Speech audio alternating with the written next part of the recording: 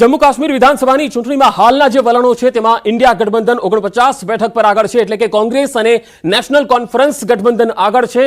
હાલના વલણોમાં જમ્મુ કાશ્મીરમાં કોંગ્રેસ ગઠબંધન બહુમત તરફ આગળ વધી રહ્યું છે અને સાથે જ વધુ એક ગુજરાતી કોંગ્રેસ નેતાનો પણ દબદબો વધી ગયો છે. ગુજરાત કોંગ્રેસ નેતા ભરતસિંહ સોલંકી જમ્મુ કાશ્મીરના ચૂંટણી પ્રભારી છે અને ભરતસિંહ સોલંકી ગુજરાત કોંગ્રેસ પૂર્વ પ્રમુખ અને પૂર્વ કેન્દ્રીય મંત્રી પણ છે, રહી ચૂક્યા છે. અગાઉ પણ 2 ગુજરાતી નેતા અન્ય રાજ્યના પ્રભારી બનાવાયા હતા.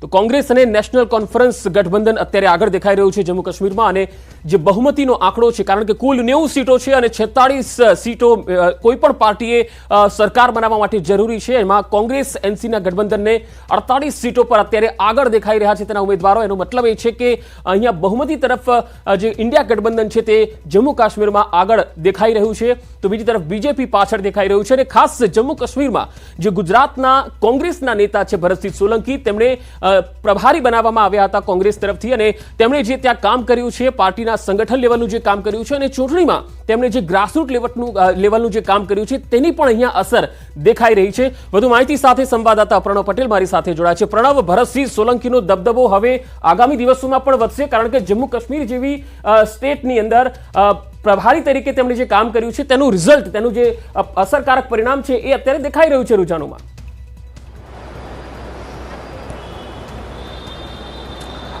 પંકજ, ચોક્કસ, કારણ કે ગુજરાતી નેતા તરીકે દબદબો હંમેશા માટે નેશનલ રાજનીતિમાં જોવા મળી રહ્યો છે, તે ભાજપા પાર્ટી હોય કે કોંગ્રેસ પાર્ટીના નેતા હોય. પરંતુ વાત કરીએ ગુજરાત કોંગ્રેસના નેતાની, તો ભરતસિંહ સોલંકી પ્રદેશના પૂર્વ પ્રમુખ અને સાથે જ કેન્દ્રીય પૂર્વ મંત્રી રહી ચૂક્યા છે. તેઓને કોંગ્રેસ પાર્ટી તરફથી જમ્મુ કાશ્મીરના પ્રભારી બનાવવામાં આવ્યા હતા. ત્યારે જમ્મુ કાશ્મીરમાં તેઓ છેલ્લા અનેક સમયથી મહેનત કરી રહ્યા હતા અને તેનું આજે કદાચ એ પરિણામ છે કે ત્યાં કોંગ્રેસ પાર્ટી અને નેશનલ કોન્ફરન્સ એટલે બંનેનું સંયુક્ત ત્યાં ગઠબંધન હતું, અને ગઠબંધન આજે ક્યાંક ને ક્યાંક જે રુઝાન આવી રહ્યા છે તે સરકાર બનવા તરફ જઈ રહ્યા છે. એટલે સૌથી મોટી વાત એ છે કે વધુ એક ગુજરાતીનો દબદબો નેશનલ રાજનીતિમાં અહીં જોવા મળી રહ્યો છે, અને તેના જ કારણે ભૂતકાળમાં પણ અનેક એવા ગુજરાતી કોંગ્રેસી નેતાઓ હતા કે જેઓ નેશનલમાં અનેક મોટી જવાબદારી નિભાવતા હતા અને તેઓનો દબદબો ત્યાં રહ્યો હતો. ત્યાં ફરી એક વખત ભરતસિંહ સોલંકીનો દબદબો અહીં જોવા મળી રહ્યો છે, અને ભરતસિંહ સોલંકી જે કહી શકાય કે જમ્મુ કાશ્મીરના તેઓ પ્રભારી હાલ પણ છે અને સાથે તેઓ સતત ત્યાં કામ પણ કરી રહ્યા છે. ત્યારે પણ જે પરિણામો મળી રહ્યા છે કે છેલ્લા 10 વર્ષ બાદ ત્યાં ચૂંટણી થઈ રહી છે, ચૂંટણીના જે પરિણામો આવી રહ્યા છે તે કદાચ કોંગ્રેસ માટે એક સારા સમાચાર છે. કારણ કે જે રીતે ગુજરાતમાં તો કોંગ્રેસ પાર્ટીને અનેક મોટું નુકસાન થયું છે. ગુજરાતમાં કોંગ્રેસ પાર્ટી છેલ્લા 3 દાયકાઓથી સત્તામાં નથી, પરંતુ બીજા અન્ય રાજ્યોની અંદર ગુજરાત કોંગ્રેસના નેતાઓ કે માની શકાય કે ક્યાંક સક્સેસ સાબિત થયા છે, સફળ સાબિત થયા છે, પરંતુ ગુજરાતમાં તેઓ સફળ સાબિત નથી થયા. તે પણ એક મોટી વાસ્તવિકતા છે. પરંતુ ચોક્કસ એ માની શકાય કે ગુજરાતની નેતા તરીકે મહાત્મા ગાંધી લો, સરદાર પટેલ હોય કે દેશના પ્રધાનમંત્રી નરેન્દ્ર મોદી હોય, ગૃહમંત્રી હોય, અનેક એવા દિગ્ગજ જે નેતાઓ છે તે ગુજરાતમાંથી જાય છે અને એક નેશનલ ફલક ઉપર તેનું એક મોટું નામ છે તે ત્યાં પહોંચે છે. જે રીતે કોંગ્રેસ પાર્ટીમાં પણ ભરતસિંહ સોલંકીને ચોક્કસપણે કહી શકાય કે ભરતસિંહ સોલંકીની એક મોટી જવાબદારી, એ જવાબદારીમાં તેઓ અહીં સફળ નીવડ્યા છે. અને જમ્મુ કાશ્મીરની અંદર જે ચૂંટણી થઈ. જી પ્રણવ, આભાર સમગ્ર માહિતી આપવા માટે. તો હાલ એક મહત્વપૂર્ણ ખબર આવી રહી છે. હાલ ઇલેક્શનને લઈને જે મહત્વપૂર્ણ ખબર આવી રહી છે, હરિયાણામાં 26 બેઠકો પર કાંટાની ટક્કર ચાલી રહી છે. હાલ લીડનું જે માર્જિન છે માત્ર 3000 મતથી જ ઓછું છે, એટલે કે આ 26 બેઠકો એવી છે જેમાં ગમે ત્યારે ગમે તે થઈ શકે. 7 બેઠક પર લીડનું માર્જિન માત્ર 1000ની આસપાસ છે. 11 બેઠક પર ભાજપની લીડનું માર્જિન 3000 થી પણ ઓછું છે. તો સંવાદદાતા हरियाणा परवेज लगातार हमारी साथ जोड़ेला है. परवेज, हरियाणा में इस बार क्या सिनारियो दिख रहा है? 11 बज चुके हैं, आप क्या वहां पर देख पा रहे हैं?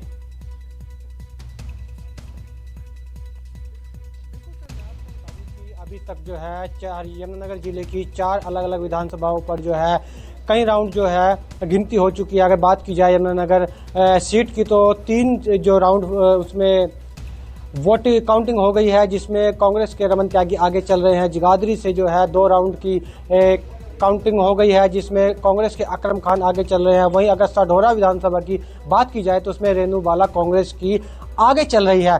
लेकिन रादौर में बीजेपी के श्याम सिंह राणा जो है बिशन लाल सैनी को टक्कर देते नजर आ रहे हैं। फिलहाल जो है रादौर में बीजेपी के श्याम सिंह राणा जो है वो जो है कांग्रेस के बिशन लाल सैनी से अव्वल नजर आ रहे हैं। जी परवेज, आप मेरे साथ बने रहे। बारामूला जम्मू कश्मीर से मुनीर भी मेरे साथ जुड़ चुके हैं। मुनीर, आप बताएं कि अभी जो कितने राउंड की गिनती हो चुकी है और अभी क्या रुझान सामने आ रहे हैं 11 बजे? देखिए, अभी तक मुख्तलिफ जगहों पे 4 राउंड मुकम्मल हो चुके हैं और कुछ जगहों पे 3 राउंड मुकम्मल हो चुके हैं। और कुल मिला के अगर हम देखेंगे इन सारी जगहों पे नेशनल कॉन्फ्रेंस जो कश्मीर घाटी में वो लीड कर रहे हैं। इस वक्त करीबन 39 सीटों पे लीड कर रहे हैं और मुख्तलिफ कॉन्स्टिट्यूंसीज में, अगर हम बारामूला कॉन्स्टिट्यूंसी की बात करते हैं, इस जिला बारामूला की 7 कॉन्स्टिट्यूंसीज में बेशतर सीटों पर नेशनल कॉन्फ्रेंस ही आगे नजर आ रही है। और एक सीट पे, वागुरा क्रीरी सीट पे, जो कांग्रेस के उम्मीदवार है इरफान हफीज लोन, वो लीड कर रहे हैं। और इसी तरह बडगाम में भी मुख्तलिफ जगहों पे नेशनल कॉन्फ्रेंस ही लीड करती हुई नजर आ रही है। और कुल मिला के अब कुछ वक्फे के बाद दोपहर आने तक ये तस्वीर, ये पिक्चर साफ हो जाएगी कि कौन जीत के दावेदार होंगे और कौन इन सीटों पर यानी जीत दर्ज करेंगे, वो आने वाला वक्त ही बताएगा। और कुछ जगहों पे पीडीपी भी और कुछ सीटों पर 1 या 2 सीट्स पे पीपल्स कॉन्फ्रेंस के उम्मीदवार जो हैं वो लीड करते हुए नजर आ रहे हैं। जी मुनीर, दूसरा एक खास सवाल यह है कि जिस तरह से हमने सुबह के रुझानों में देखा, शुरुआती जिसमें हरियाणा में बीजेपी पीछे थी, कांग्रेस आगे चल रही थी, लेकिन अब जाके देखने को मिल रहा है कि कांग्रेस जो है पीछे चली गई है और बीजेपी आगे है। क्या जम्मू कश्मीर में भी ऐसा कुछ उलटफेर देखने को मिल सकता है? अभी गिनती काफी राउंड की बाकी है। बिल्कुल, यहाँ पे अगर हम 2 रीजन्स की बात करते हैं, चाहे जम्मू रीजन हो या कश्मीर रीजन हो, जम्मू रीजन में अगर बात करते हैं वहाँ पे बीजेपी इस वक्त लीड करती है और कश्मीर रीजन में नेशनल कॉन्फ्रेंस है। क्योंकि अगर हम इंडियन नेशनल कांग्रेस की बात करते हैं, वो ऑल ओवर इस वक्त जम्मू कश्मीर में 8 सीटों पर, 8 से 10 सीटों पर वो लीड करती हुई नजर आ रही है। और इससे साफ जाहिर होता है कि ये कांग्रेस के उम्मीदवार जो है वो पीछे नजर आते दिखाई दे रहे हैं। और अब देखना है कि आए समय, जो ही समय बीत जाएगा और उसमें यह साफ तस्वीर होगी कि नेशनल कॉन्फ्रेंस कहां पे होगी और बीजेपी कहां पे होगी, और उसके साथ साथ जो कांग्रेस का अलायंस है वो कहां पे होगा, वो ये तस्वीर आने वाले कुछ वक्त में ही साफ नजर आएगी। सर जी मुनीर, जो 26 सीटें बताई जा रही है जो जम्मू कश्मीर में, जिसमें कांटे की टक्कर हो रही है, ऐसी कौन कौन सी सीटें हैं? कह सकते हैं बडगाम में कांटे की टक्कर है। वहां पे नेशनल कॉन्फ्रेंस के उमर अब्दुल्ला, पीडीपी के उम्मीदवार आगा मुंतजिर मेहदी के साथ मद्दे मुकाबिल खड़े हैं, वहां पे कांटे की टक्कर है। अगर हम गुलमर्ग कॉन्स्टिट्यूंसी की बात करते हैं, वहां पे अपनी पार्टी के नायब सदर जो है गुलाम हसन मीर, वो वजीर भी, मिनिस्टर भी रह चुके हैं गुज़श्ता दौर में, और वहां नेशनल कॉन्फ्रेंस के फारूक अहमद शाह के मद्दे मुकाबिल उनके कांटे की टक्कर नजर आ रही है। इसी तरह पटन कॉन्स्टिट्यूंसी में मौलवी इमरान अंसारी जो पीपल्स कॉन्फ्रेंस के उम्मीदवार हैं और साथ ही नेशनल कॉन्फ्रेंस के रियाज बेदार हैं, उनके दरमियान कांटे की टक्कर है। और इसी तरह बारामूला से मुजफ्फर हुसैन बेग है जो नायब वज़ीर आला रह चुके हैं, और इसी तरह हंदवारा साइड में सज्जाद गनी लोन है, उनकी कांटे की टक्कर नेशनल कॉन्फ्रेंस के उम्मीदवार के साथ है। और इसी तरह श्रीनगर में भी और गांधरबल में भी मुख्तलिफ जगहों पे जो कांटे की टक्कर है, कद आवर नेता जो है वो मैदान में है और उनकी टक्कर है अपने हरीफ जो मानी मुकाबिल उनके कैंडिडेट्स हैं उनके साथ दिखाई दे रहे हैं। अब देखना है कि वक्त आने पर जो कदावर नेता है क्या वो जीत पाएंगे, क्या वो जीत दर्ज कर सकते हैं इस मैदान में, क्या उनके सर पे ताज सजेगा, वो कुछ देर के बाद ही पता चल पाएगा और तस्वीर साफ होगी और किसका पलटा जो है वो बारी रह सकता है। जी जी जी मुनीर, आप हमारे साथ बने रहे। અહીંયા દર્શકોને ખાસ જણાવી દઈએ કે જે અત્યાર સુધીના વલણો આવી રહ્યા છે તેની કમ્પેરિઝન આપણે 2014 થી કરીએ તો 2014 માં 25 सीटों पर बीजेपी जे छे ए आगळ हती ने बीजेपी 3 सीटों पर अत्यारे देखाई रह्યું છે અને અહીંયા જો 2024 માં 28 सीटों पर આગળ છે। એટલે આ ગ્રાફ જો તમે તો बीजेपी નો ગ્રાફ જે જમ્મુ કાશ્મીરમાં છે એ વધતો દેખાઈ રહ્યો છે, જનાધાર જે છે એ આ વખતે વધતો જઈ રહ્યો છે. એટલે જમ્મુ કાશ્મીરમાં 10 વર્ષ બાદ હવે આ ચૂંટણી થઈ છે. જમ્મુ કાશ્મીરમાં JKNC પાર્ટીની જો આપણે વાત કરીએ તો 2014માં 15 સીટો પર એ આગળ હતી અને 2014માં 24માં અત્યારે 38 સીટો જે છે એ આગળ ચાલી રહી છે. અહીંયા જોઈ શકાય છે કે 23 સીટો પર પ્લસ છે JKNC. અને ત્યારબાદ હવે કોંગ્રેસની જો આપણે વાત કરીએ તો 2014માં 12 સીટો પર કોંગ્રેસ આ સમય પર આગળ હતી અને 2024માં 8 સીટો પર આગળ છે. અહીંયા કોંગ્રેસને 4 સીટોનું નુકસાન થતું દેખાઈ રહ્યું છે. તો આ ત્રણેય પાર્ટી જે છે હવે PDPની વાત કરીએ. PDPને સૌથી મોટું નુકસાન આ વખતે થઈ રહ્યું છે કારણ કે 2014માં 28 સીટો પર PDP હતી અને હવે 2024ની જો વાત કરીએ તો PDP અત્યારે શૂન્ય છે. આ સમયમાં કોઈ પણ રાઉન્ડમાં PDPના ઉમેદવાર આગળ નથી ચાલી રહ્યા. 28 સીટોનું સીધું નુકસાન આ વખતે દેખાઈ રહ્યું છે. એ જ રીતે આપણે હરિયાણાની જો આપણે વાત કરીએ, હરિયાણામાં 40 સીટો પર 2019માં જ્યારે છેલ્લી જે ચૂંટણી થઈ હતી 2019માં 40 સીટો પર BJP આગળ હતું અને 2024માં 48, એટલે કે 8 સીટો BJP હરિયાણામાં અત્યારે પ્લસમાં છે એવું દેખાઈ રહ્યું છે. હરિયાણાથી लगातार परवेज हमारी साथ जोड़ा है संवाददाता. परवेज, इस वक्त हरियाणा में जिस तरह से उलटफेर दिख रहा है, बीजेपी के उम्मीदवार आगे है लेकिन विनेश फोगाट की अगर हम बात करें वो पहले आगे चल रही थी और अब वो पीछे चल रही है, ऐसी खबर आ रही है. 6,797 तीसरे नंबर पर 10 पॉइंट है. जी परवेज, मुझे आप सुन पा रहे हैं? લાગે છે ફરી એકવાર સંપર્ક કરવાનો પ્રયત્ન કરીશું. તો હરિયાણામાં હાલ 90 બેઠકો પરથી બીજેપી જે છે એ આગળ ચાલી રહ્યું છે, 50+ સુધી પહોંચવા તરફ આગળ વધી રહ્યું છે, જ્યારે કોંગ્રેસને અહીંયા નુકસાન એટલે કે કોંગ્રેસ પાછળ જતી દેખાઈ રહી છે હરિયાણામાં. જબકે શરૂઆતના રૂઝાનમાં કોંગ્રેસ જે છે એ બહુમતી તરફ આગળ વધતી દેખાઈ હતી, પરંતુ હવે 11 વાગ્યા છે અને જે રીતે રૂઝાન આવી રહ્યા છે તે પ્રમાણે કોંગ્રેસ છે એ હરિયાણામાં પાછળ છે, બીજેપી આગળ ચાલી રહ્યું છે.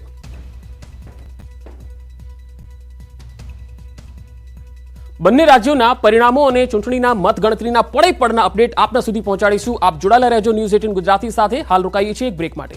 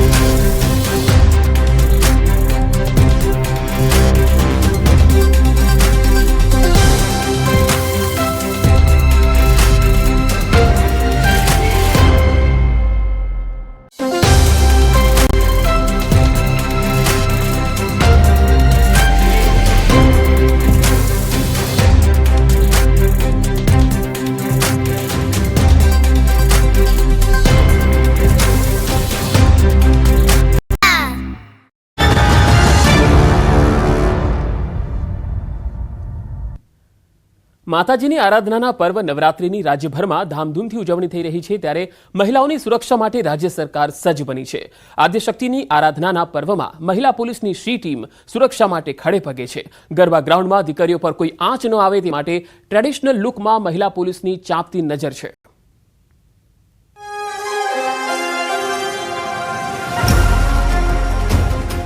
આદ્યશક્તિની આરાધનાના પર્વ દરમિયાન રાજ્યની મહિલાઓને સુરક્ષિત રાખવા રાજ્ય સરકાર ખડે પગે છે. નવરાત્રિના આ પર્વમાં નાગરિકોની, ખાસ કરીને મહિલાઓની સુરક્ષા અને સલામતીને કેન્દ્ર સ્થાને રાખવામાં આવી છે. નવરાત્રિ દરમિયાન રાજ્યના મૃદુ અને મક્કમ મનના મુખ્યમંત્રી ભૂપેન્દ્ર પટેલ અને રાજ્ય ગૃહમંત્રી હર્ષ સંઘવીના માર્ગદર્શન હેઠળ પોલીસ સજ્જ બની છે.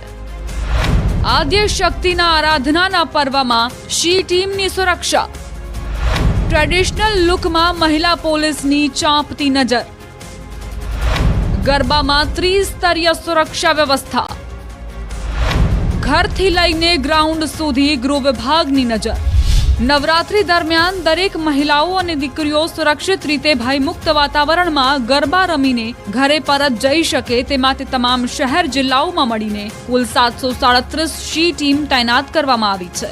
નવરાત્રી પર્વ દરમિયાન તમામ શહેર જિલ્લામાં 209 જેટલા કંટ્રોલ રૂમ કાર્યરત કરવામાં આવ્યા છે.